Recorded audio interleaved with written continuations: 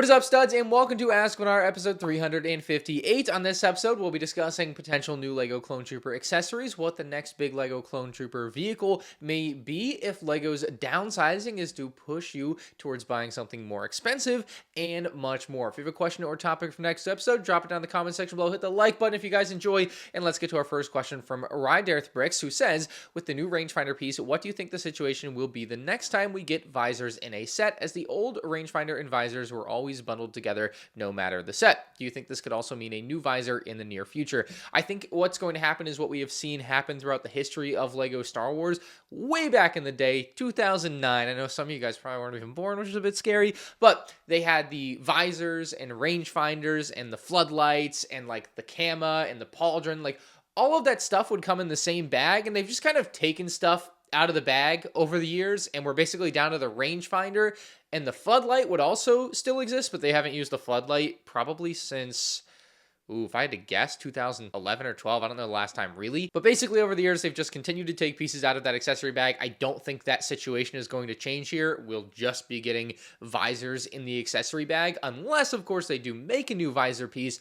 But I also don't really see it happening. Like, I hope they do.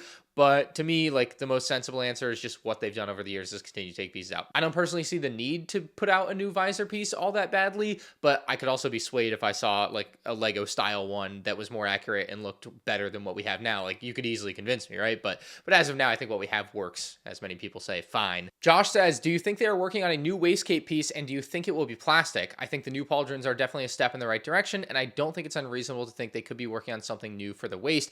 I do, because if they were, they would come out at the same time. I think it's that simple. And people for years have been claiming everything that LEGO has done with Clone Troopers is in the name of consistency. Meanwhile, everything is completely the opposite of consistency. New pauldrons ruin the consistency. A new waistcape change would ruin the consistency, right? Like, you know, I have that in the back of my mind of all of this, that people have defended LEGO for so long with consistency being the overarching theme, and none of it really adds up. But that's LEGO Defender Logic 101 there, I guess. To truly answer your question, I don't think they're working on a new waistcape piece because it's been 4 years of printed waistcapes, and it's pretty obvious that this is what they're sticking with, even though 110% of the community thinks it's dumb, stupid, and dumb. What they need to do is not do dual molded legs, not print on the side of the legs. They need to go back to the cloth camas. We had it perfect. Everyone agreed. It was the way it needed to be. Other themes have continued to get cloth camas to this day, or waistcapes or skirts or whatever, right? That would then stop the minifig from quote unquote sitting down, which is what the minifig designer claims is basically the reason they wanted to stop using them. Which, by the way, as I can prove with a very scientific test, doesn't stop the minifig from sitting down. And circling back to what you said in your question, would the waistcape piece be plastic? Well, if it was plastic, that would completely ruin the ability for the minifig to sit down, which is a real issue that we had in the 2008 release of Clone Troopers, right? Where you had these hard plastic camas, hard plastic pauldrons that really did restrict movement in a lot of ways. And this newer plastic pauldron isn't as restricting because it's not as big, so that's not really an issue. But the cama, there's no way around it. It has to be the shape and size that it has to be. You can't really do anything else. Like, the pauldrons, they certainly could and did shrink down. Can't really do the same thing with the cama. The only way back is cloth. And right now, the issue you have with the minifigs, obviously helmets aside, design aside, is now just the feel of them, because they've given them this nice big plastic pauldron, is very top heavy. The design just feels top heavy. I know I can't even show pictures of all this, so I feel like I'm talking about it a little too early, but Clone Trooper discussion, that's, core pillar of the channel. That's what I like. Next up, from Cash Money Bricks, says, what do you think, you wouldn't believe it, the next big clone vehicle will be? Personally, I think the Republic Frigate would be fantastic. So I'm kind of in a different boat than you. I like the Republic Frigate. I really love the design from the Clone Wars, but I think what would really tickle my fancy would be a Phantom Menace Republic Frigate with that just bright red color scheme. Like, that would look fire. Look, I'm all for either. I understand you want the one with the Clone Troopers. It's pretty obvious the Clone Troopers are bad. I would just rather get the one without the Clone Troopers so we don't have to worry about that. So I'd rather have the Phantom Menace one. It's the one that we haven't had in more time. It's actually one of the last sets that I still need to buy sealed in box. I don't have it. I used to have it, got it as a kid. but I got rid of it when I moved, and now I need to buy a new sealed one to make a video on, obviously. So personally, I'm hoping for a Phantom Menace version. I think, obviously, as far as like what they actually might make, you're very on point there. They very well could make the Republic Clone Trooper version of the frigate from the Clone Wars. I also think the Republic dropship with AT-OT has got to be out there, right? In some realm, it's on the table. It's kind of funny that people throw the AT-OT out there so much, and then I see people saying, well, the UT-AT can't happen because it was only in one scene from one movie. So was the AT-OT. It was only on Felucia in Revenge of the Sith in Order 66, right? It was kind of wild to me that the AT-OT gets thrown in discussions of like, oh, they should release and make an AT-OT, no problem. But a UT-AT is way too niche. They are equal there. They are one and the same, two peas in a pod.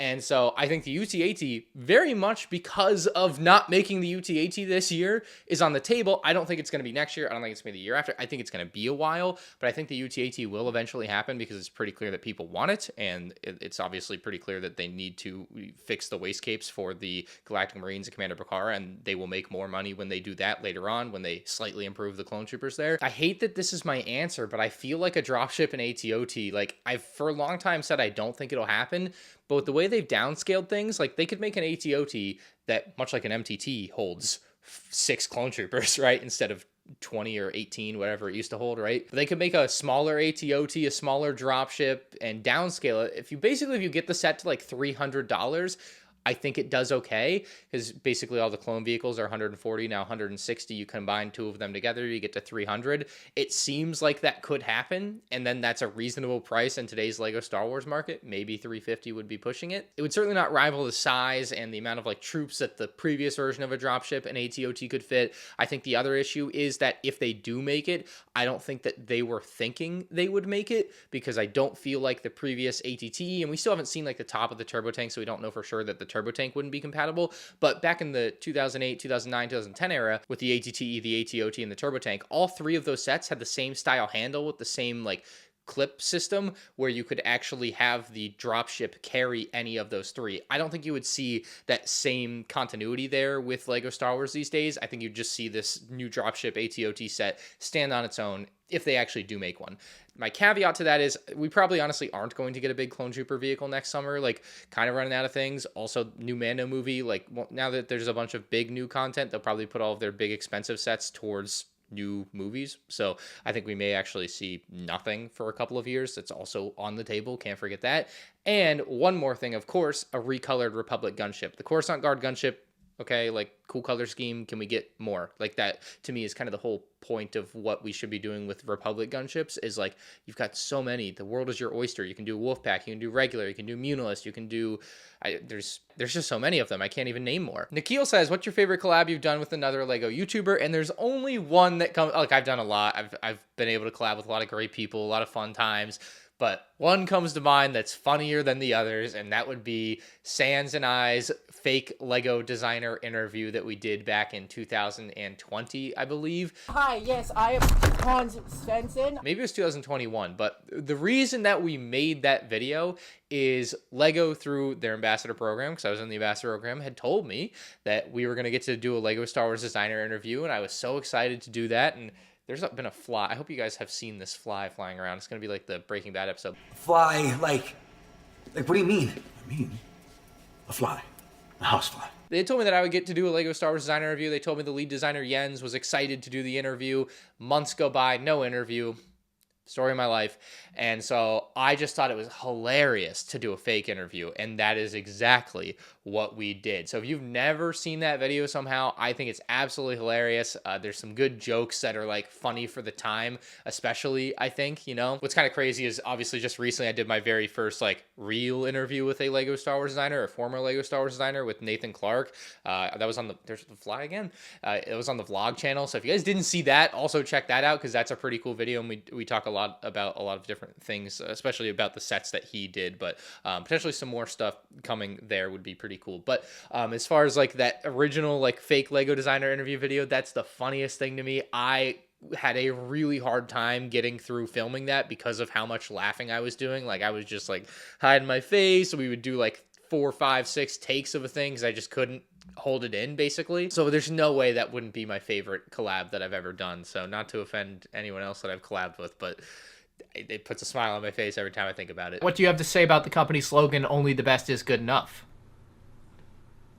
We have a slogan. Alexander says, if you could choose any Star Wars character to get a live-action debut, who would it be and why? He also says the same thing for a vehicle, which I don't really have a good one for a vehicle because I don't, like, follow a lot of the Legends vehicles or read comics or whatever's not live action. Basically, my Star Wars knowledge and love is mostly what's live action. I guess technically, Jedi Bob Starfighter, that's not live action, right? Because that was in an animated Lego show. So Jedi Bob Starfighter would be my top pick for a vehicle, right? It's got to be. I guess Jedi Bob should also be the character, but my not joking answer is Darth Nihilus because Darth Nihilus has been in a bunch of TikTok edits recently because of some fan film. And the character just looks so cool. The like spooky-ish vibes that the edits give off are just so perfect. Like, it would be fire to have Darth Nihilus. Would also make for a great future type of anniversary figure type of thing, even if they never put Darth Nihilus into Star Wars anywhere, right? Like, that would just be a dope Lego minifig. So Darth Nihilus, that's my answer. I've had that question asked a lot before. I never really had an answer. But now because of those TikTok edits, Darth Nihilus. Next from Cucumber, he says, do you think you will ever do reviews for all the older sets like the OG MTT? You mean this OG MTT or this OG MTT? I already did this OG MTT. So yeah, I mean, in short, I will review every Lego Star Wars set ever on my channel eventually at some point. When each set individually will happen is completely out of my control. Not really, it's also entirely in my control. But generally, the way I try to do things is, you know, new MTT is coming out this summer, so working on this review, and I finally opened and built this set for this review. So like all of the MTT reviews I hope to have done before the new MTT comes out. Obviously, it doesn't always happen that way, but that is the intention, that is the goal. And then other times there might be new content coming out that might feature a vehicle or a scene that I would then, you know, find the time to do that specific review for that. Otherwise, it's just kind of random when I get to things or when I feel like it, you know, because I've just got so many sets, I can't possibly do everything everyone wants. But I hope to, by the end of the decade, maybe have every Star Wars set review done. We'll see. Rick Reporter says, are there any sets you regret buying, Star Wars or not? So Star Wars, not really. Everything I buy Star Wars, I enjoy because I enjoy collecting it, and I want one of everything. So inherently, I can't regret collecting at least one of everything. This fly is... oh my God, this is the fly episode. Now, there are plenty of non-Star Wars sets that I bought and totally regret buying. Recently, there is a big Technic, I think Mercedes truck, kind of green and gray, and I bought it because on the Lego.com listing, they had this picture of it on a skateboard, and it was at like a 45-degree angle, and I'm like, there's no way that's a real picture. There's no way this set isn't just rolling backwards, and I wanted to test that. Never got around to it. It's been like 4 years probably since I bought that set for like $230 or whatever the retail price was. I took one piece out of it one time because I needed a piece for one build that I was doing that was missing the piece. And so I just sold it on Whatnot last week and it sold for like $90. Again, like basically brand new, just missing one piece out of the box. And I lost like $150 on that. So like obviously was a dumb purchase. I regret that because I literally just eroded away $150 for absolutely nothing except one piece, I guess. Very expensive piece. Not that this is a good example, but it's a good example of a set that could become an example in 6 months, but the NASA space shuttle and airplane here, I guess this is one that I would keep in display anyway, but there are sets that I buy like this, like random Lego sets that aren't Star Wars, to do reviews on because I find them interesting and I want to make videos on them, and then I just never find the time and the day to do it because there's obviously, you know, all the backlog of Star Wars sets forever. There's new Star Wars sets coming out. There's other things going on in life. You know, I can't do everything. Although I really should be able to do it if I really manage my time better. But the point is, sometimes I just never get around the review. The set sits around for 6 months, 2 years, whatever, and eventually I sell it and lose money on it. And yeah, like just kind of sucks. And I regret those purchases. It's just not a good business move, I guess, but it is what it is. Can't win them all. Brick Coward says, do you have a Lego Star Wars tattoo? And if not, what's stopping you? Keep up the good work. I think I know someone with a Lego Star Wars tattoo. I think Brixie has a Darth Vader tattoo. But I do not have any tattoos. I certainly don't have a Lego Star Wars tattoo. I certainly wouldn't get a Lego Star Wars tattoo. The only tattoo I would get would probably be like a sports team tattoo, like the Red Sox, Patriots, Bruins, or Celtics, right? That's a lifelong thing for me. Never going to change. They can't hurt me the way that Lego has. Although the pain I feel from loss in sports is much greater. It's a very odd dynamic, isn't it? But outside of that, if I was going to go any more niche with it, like maybe I'd get a Tom Brady tattoo. I don't know. Like there's not much that would make me regret a Tom Brady tattoo at any point in my life unless he showed up on Chris Hansen's show. that would be bad. But otherwise, like, Tom Brady's a pretty safe bet for a tattoo since he's retired. Yeah, as far as a Lego tattoo, I mean, maybe there'd be some crazy reason to do it, but you know my story at this point. I would not feel comfortable getting that kind of tattoo. I love Lego Star Wars. I love collecting. I love everything about it, obviously, except the things I don't like. The company, I couldn't let myself do that. No way. No way. Winston wants to know, what do you think the next set with General Grievous would look like, and probably when it will happen? And I think obviously a Grievous Starfighter should be on the table at some point, but I would love for that Grievous Starfighter to be matched up with a blue Obi-Wan's Jedi Starfighter. That is a combo, would be so fire for like a Utapau, duo of sets. And you could also work in the hyperdrive ring, obviously, but also you could just sell that blue Starfighter on its own. Oh, well, with the new cockpit piece, it might kind of suck, but we'll ignore the potential bad for the good that is the idea. But those two sets I think would be best as a 2-pack. That way you get General Grievous, you get Obi-Wan, and then you can kind of have any array of the supporting characters. I think I would skip Commander Cody since we've got him in the ATTE.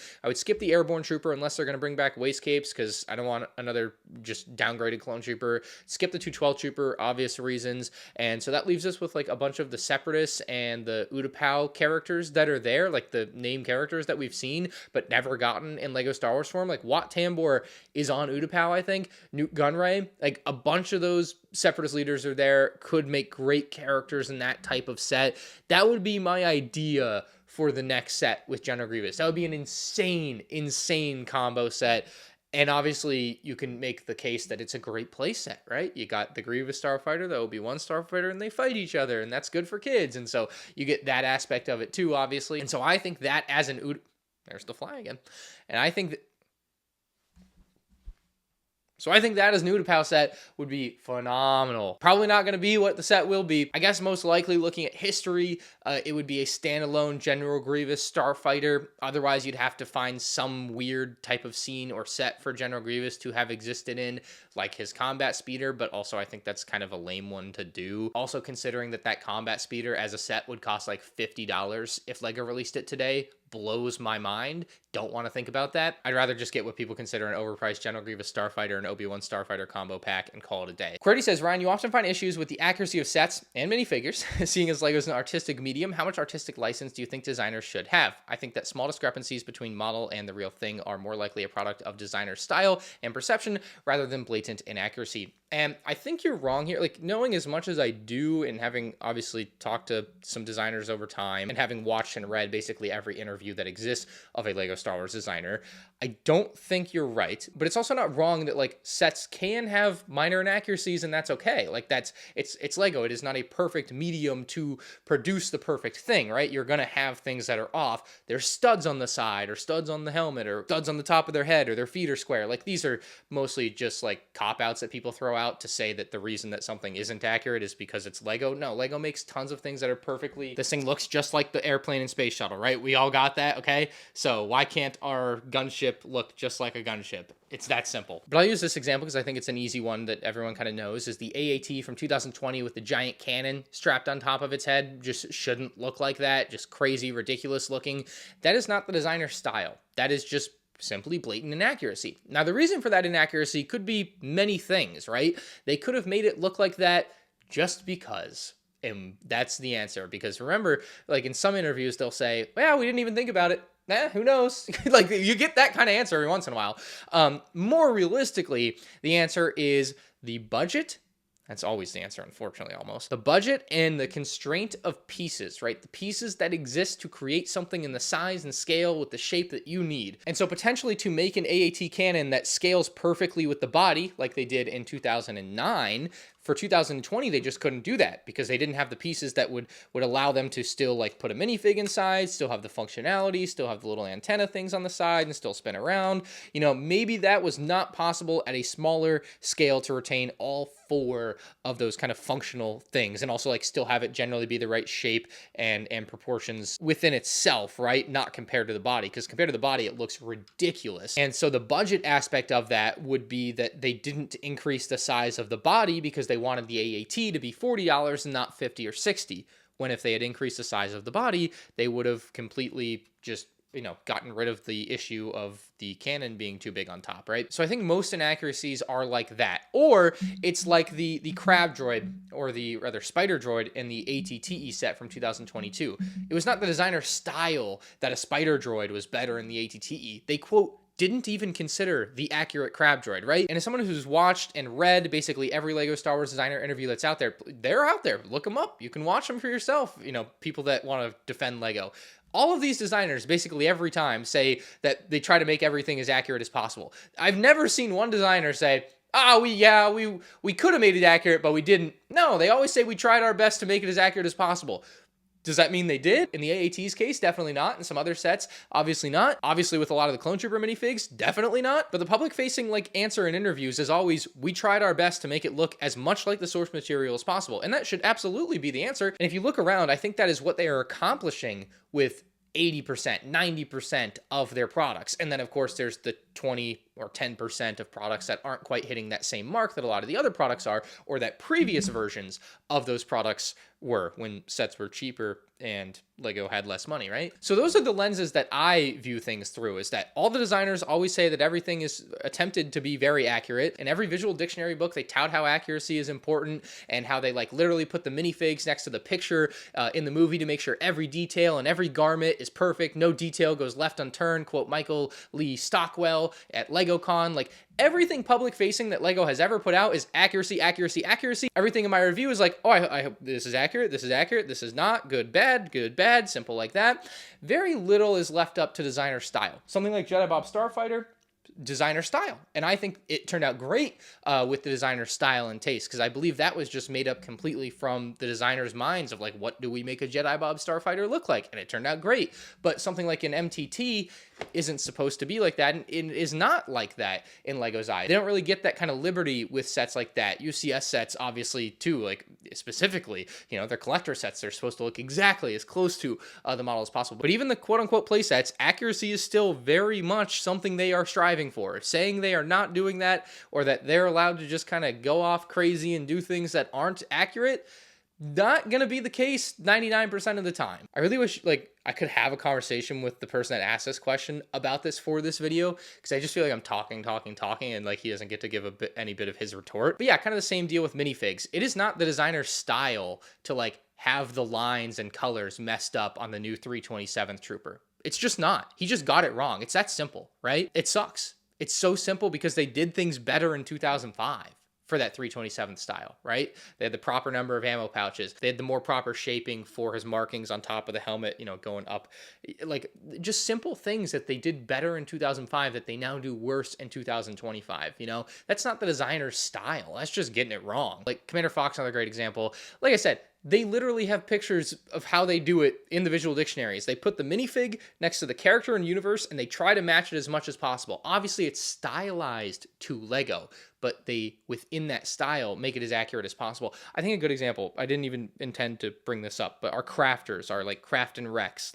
Trying to get the helmet or face print to look like Rex is really hard with 8 pixels by 8 pixels. With a Lego figure, you can draw the shapes however you need. You're going to have to leave some detail out at the end of the day. Not every scuff mark is going to be there. Not every piece of dirt's going to be there. That's a stupid straw man argument that the internet likes to make.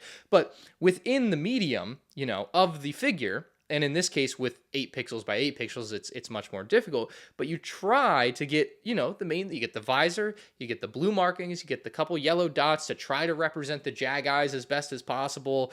And that's really all you can do at this scale, obviously, or not even scale, but with this style. But with the Lego style, they can do much more, and they have done much more, and now they do much worse. So I don't think what Lego's doing in some cases is right. And I think it should be fairly obvious to any level-headed Lego Star Wars fan that they do so many things perfectly, 100% accurate, just to the T. It's beautiful stuff, beautiful work, and my reviews reflect that every time. I say it's good, I say it's bad. depending on what it is. And so when stuff comes out like a Commander Fox or all these figures without waist capes and just blatant things that were done better 20 years ago, to me it's unacceptable, and it is, in my opinion, not a product of designer style. It's a product, and especially in the minifig cases, a product of laziness and cheapness. With the set cases, I get it a little bit more because there is very much a restraint on, there's only so many building techniques that you can do. Yeah, I feel like I talked a lot about that, maybe too much, and I would love to have someone to bounce off of on that topic. Bold Bricks with a bold question says, do you think LEGO is purposely downscaling sets to further promote and sell UCS sets?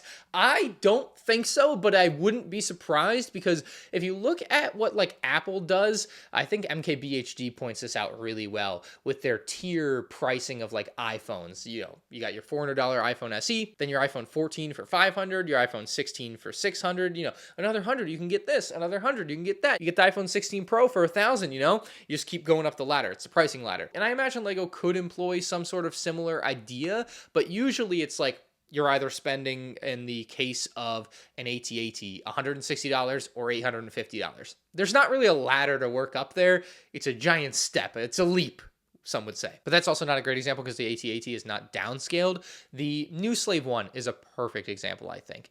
And so you have the $300 UCS Slave 1, and you have the now $70 kind of play scale Slave 1, but I'll use the picture of Boba's here since the new one is not officially revealed yet, but it's about the same size, same piece count. And I've seen a lot of comments of people asking, well, why doesn't LEGO just release the 2019 Slave 1 as Django Slave 1 now? First off, the price would probably be about $160 for a Slave 1 playset. I don't know. I feel like most people would rather have the $70 Jango Fett, Boba Fett, and Lamassu experience. And I think that play scale works really well, especially considering like little kids will get these sets. That play scale Slave 1 makes so much more sense to me than the bigger ones because they're so heavy. Like if you got a 5-year-old, that heavy 2019 Slave 1, it's a great model. Don't get me wrong. I would totally prefer it myself too. But it just doesn't make a lot of sense. I think the smaller play scale Slave 1 at $70 does make sense. They made it as accurate as possible, barring maybe the stud shooters on the new ones. But it looks great overall, generally. Now, I think that 2019 style Slave 1 could easily replace a UCS Slave 1 to a lot of people. This new play scale $70 one can't quite do that. Definitely not. Like, those are two very separate things. But the closer you bring them, I do think it could be an issue for LEGO, and so I wouldn't be surprised if it does somewhat inform their decision to go in one direction or another as far as the scaling of a set like the Slave 1. I don't think there was ever a chance we were getting a $150, $160 Django Slave 1 playset. I also didn't think there'd be a chance we get a UCS one, I guess, but realistically with the UCS one out, it makes a lot more sense to have them further apart than closer. Thank you guys for watching. If you guys enjoyed, hit the like button. If you have a question or topic for next week's episode, leave it down in the comment section below. And if I can find my unboxing footage of this, get ready for this review. And this review will certainly be out by the time you see me again. So, see you later.